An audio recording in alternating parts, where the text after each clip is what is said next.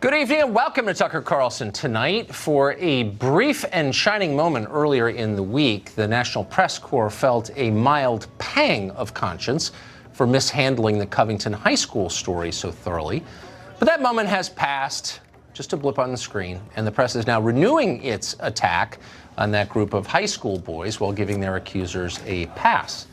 We've got details just ahead. It's nauseating. That's the preview. But first, the border wall battle is approaching a climax. Today, Republicans and Democrats in the Congress held votes on two competing proposals that would have ended the government shutdown, but in the end did not. Chief National Correspondent Ed Henry was there, as always, and has the latest for us. Hey, Ed. Tucker, good to see you. As I've often said, you know this, Tucker, you can try to teach a goat how to climb a tree, but you're better off hiring a squirrel in the first place. Actually, I've never said that before until now. That was actually said by Republican Senator John Kennedy. You see him there on the left. I'm, of course, quoting the always folksy Republican Senator Kennedy, who was trying to explain one plan pushed by Chuck Schumer there. Kennedy's point being, we know a squirrel can actually climb a tree, just as we know a wall or a barrier of any kind will provide some kind of defense. But Kennedy said the Schumer plan would not get the job done on border security because it would have opened the government without money for any kind of barrier.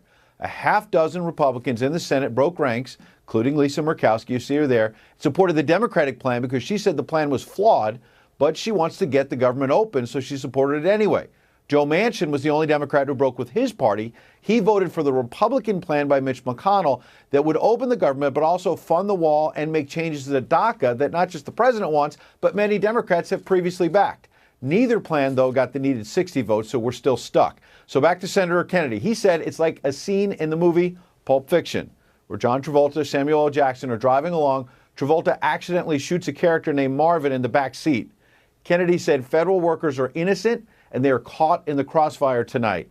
And in fact, the president a short time ago told reporters he respects those furloughed employees and is now considering a third plan where he would agree to open the government for 3 weeks if he gets a down payment on the $5.7 billion for a wall, for a barrier, while they negotiate. So he wants a down payment tonight, Tucker. There are also White House officials saying in private he's considering the possibility of finally declaring a national emergency, Tucker.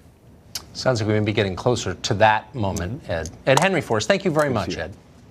So what exactly is the Democratic border security proposal? Would it actually secure the border? Well, we had some time today, so we checked, and in a word, no, it would not. The Democratic bill in the Senate that Ed was just telling you about simply restores previous funding levels for the Border Patrol and other existing programs. So you have to ask yourself when you consider that, was the border secure in December before the shutdown? Well, no, it wasn't, and that's why we're having this debate right now. Then how would it be more secure after a bill that doesn't change anything passes? Well, it wouldn't be more secure. And that's the point of the legislation, to maintain the broken status quo. Let's be honest about that. Meanwhile, in the House, Homeland Security Committee Chairman Benny Thompson says he plans to introduce a bill that contains billions for border security, but nothing for a wall. Thompson has a brand new idea, he's telling us. He says he can secure the border with the marvels of technology. He recently told PBS that cutting-edge machines can help us, quote, identify those vulnerabilities on the border. Thompson's plan can expect enthusiastic support from the congresswoman from Techland, Speaker of the House Nancy Pelosi. Here's her most recent suggestion for the border. Watch. The positive, shall we say, almost technological wall that can be built is what we should be doing. Technology to scan the cars coming through the ports of entry, and that is to detect guns. It's like an electronic dog almost to detect drugs, guns, and other contraband. It's really like an electronic dog that can detect contraband. On one level, that's hilarious. We've laughed about it before, but it's also patronizing, really. You'd have to be totally ignorant of what's happening on our southern border to believe that more surveillance is going to solve the problem.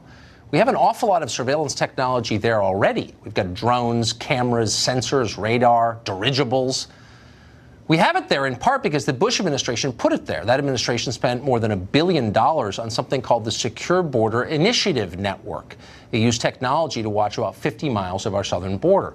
Congressman Benny Thompson himself called that program, quote, grave and expensive disappointment. Well, Thompson was right about that. What's changed is that Democrats now support grave and expensive disappointments. They specialize in grave and expensive disappointments. They're pushing one now. And that's short-sighted. Leaving the politics aside is not a good idea because our southern border is one of America's most dangerous vulnerabilities. That's not a talking point. It's literally true, and here's why. As of tonight, Mexico is an intact country. Will it remain an intact country? Maybe, but maybe not. Mexico is a deeply unstable place. It's not an attack on the Mexican people. It's an acknowledgement of what anyone who knows anything about the country will tell you. The national murder rate in Mexico is 5 times ours. Since 2006, more than 250,000, 250,000 people have been murdered in Mexico. That includes hundreds of politicians and judges. There's a war going on there, and it's spurred by drug cartels that reach into the highest levels of the Mexican government. Not an exaggeration. The Attorney General of an entire Mexican state recently pleaded guilty to drug trafficking charges. The governor of a state on the U.S. border took bribes to let cartels operate freely, which they did. And then just the other day, Mexico's previous president was credibly accused at trial in court by a witness of taking a $100 million bribe from El Chapo Guzman. In effect, Mexico has become a narco state. But it's not even the most volatile country in the region. Nicaragua is in severe turmoil right now. That gets no coverage, but it's real. Parts of El Salvador are largely controlled by gangs. Venezuela, meanwhile, is literally falling apart. A recent Brookings Institution report predicted that a total collapse of Venezuela, which could happen any day, might create 8 million refugees. For perspective, that's more refugees than fled the entire Syrian civil war. And keep in mind that that flood of humanity upended all of Europe.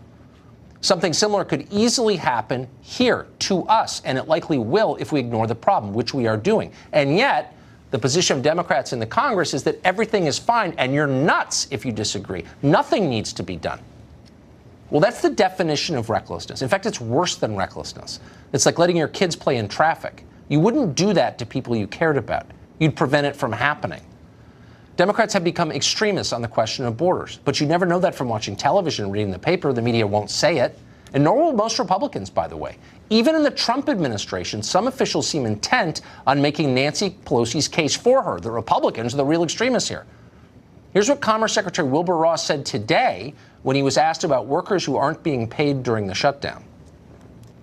The people might have to pay a little bit of interest, but the idea that it's paycheck or zero is not a really valid idea. There have been ads run by a number of the public sector credit unions. Those have announced very, very low interest rate loans to bridge people over the gap.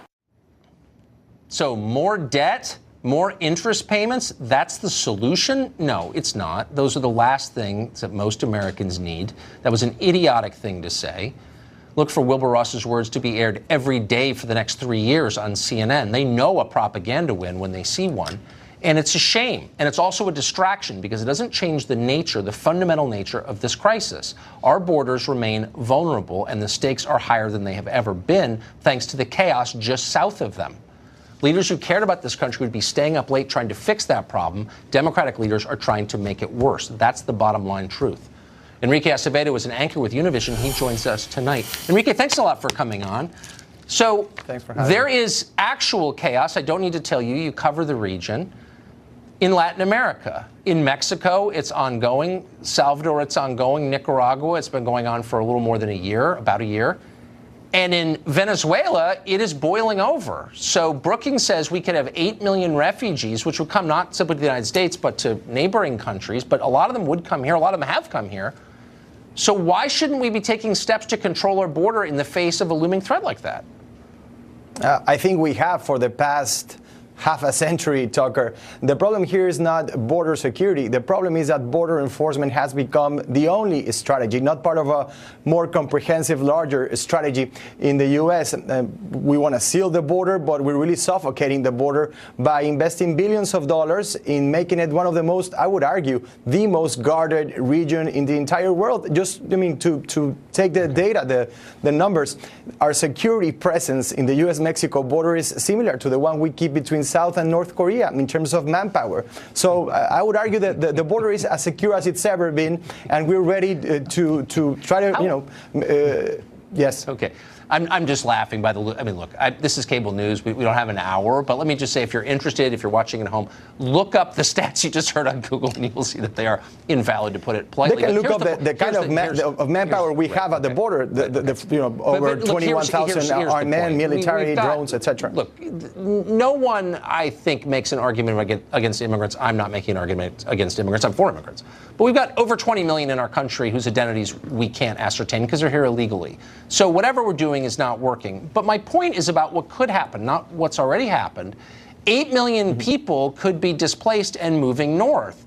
If you had 100,000 people forming in Tijuana on the San Ysidro border, you couldn't control them. They would swarm the border. Like, that's a real thing. It's happened all over the world. It's happened in Latin America, which is why Brazil has militarized its border, and Guyana has. Are they racist for doing that? I mean, seriously. They're actually taking Venezuelan refugees, Brazil, Colombia, all the neighboring countries, or around 3 million since the humanitarian crisis really got worse in Venezuela. No, but you're saying 8 million people could flee Venezuela. 3 million people already have, and the vast majority of them are in neighboring countries. And Will it's all of them deeply come to the US? destabilizing. That's really unlikely. Okay, hold on. It's deeply destabilizing to the countries that border Venezuela, because mass migration always is destabilizing. It is a challenge. Doesn't mean the people are bad. Doesn't mean you don't sympathize. I would do the same thing. I get out of Venezuela today. I get it.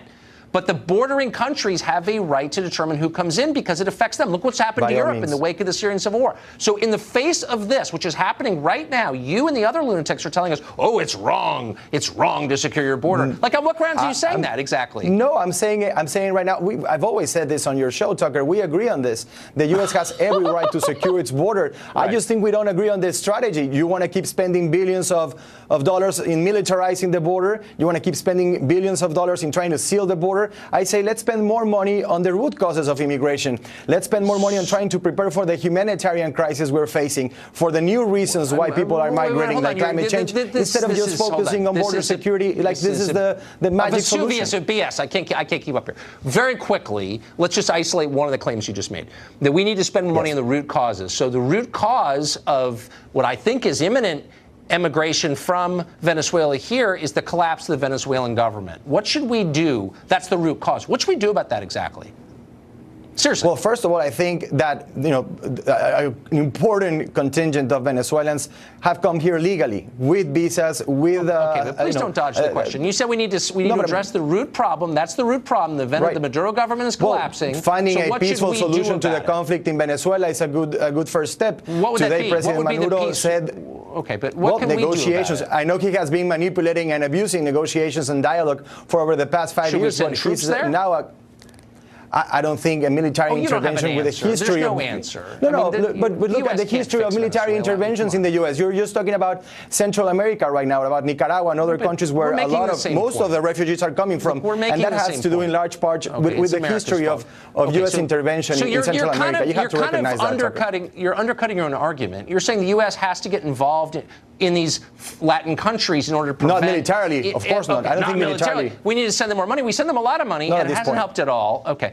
So we need to send them more money, and then they'll stop coming here? Are you making that argument? How much will we have to send to keep them to stop coming here? No, in the case... The reasons why people are fleeing from Venezuela are different from the reasons they're fleeing from countries in Central America. Why not just build a freaking wall and call if you want to talk about Venezuela, where, by the way, diplomats, U.S., American diplomats are today remaining behind despite grave danger without being paid. And that's, I think, truly heroic. But if you want to talk about Venezuela and the reasons why people are fleeing, maybe finding a peaceful solution to the conflict there would help. And having the U.S., which has played, I think, the Trump administration a very positive role in this sense, could whatever. It's not our country. This is our country, and the prospect of being invaded. We live in an interconnected world, whether we like it or not. You can't remain isolated. I actually don't like the idea that you could be invaded and you're not allowed to do anything about it. That seems like a kind of baseline. Look how well request. Multilateralism has worked in the case of Venezuela. All of the world is backing the U.S. on this. Maybe the Trump administration will now learn, hopefully,